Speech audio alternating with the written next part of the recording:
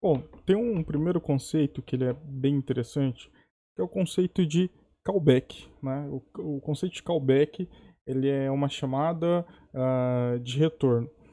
Ele é utilizado quando nós precisamos chamar alguma coisa de forma assíncrona e, e a gente não sabe quando é que vai terminar aquela chamada, né?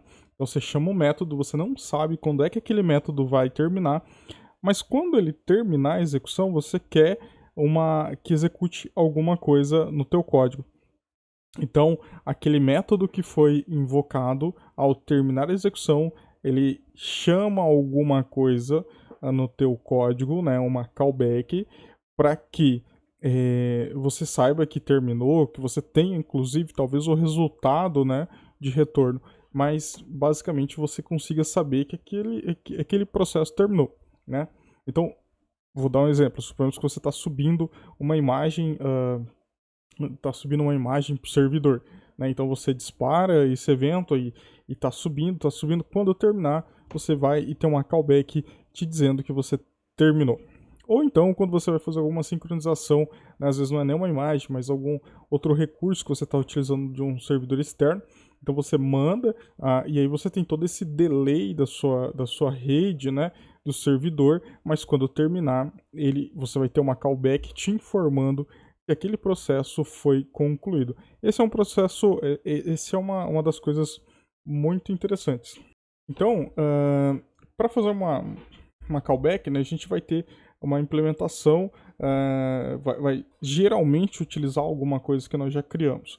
Mas uma outra coisa importante quando a gente utiliza callback é o conceito de delegados, porque veja bem, se eu vou executar do meu código um segundo método, e lá aquele método, quando ele terminar, ele vai executar alguma outra coisa aqui.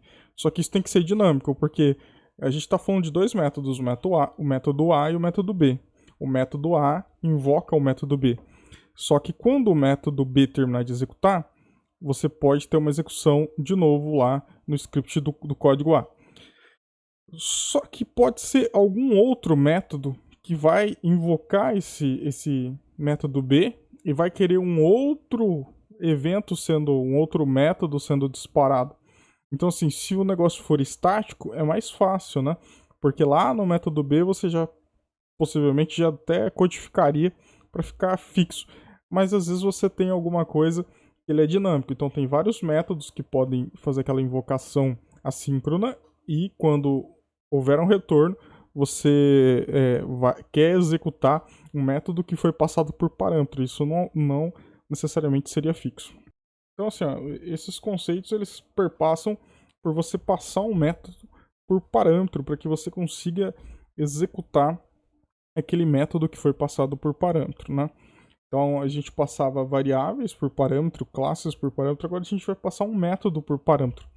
O detalhe é que às vezes a gente não consegue passar um método explicitamente por parâmetro, a gente precisa encapsular ele e colocar esse método dentro de uma variável para que isso ocorra. E esse tipo de variável é o que nós chamamos de delegado. O delegado ele faz um encapsulamento com segurança do método que você vai querer, ou métodos que você vai guardar ali para ser executado.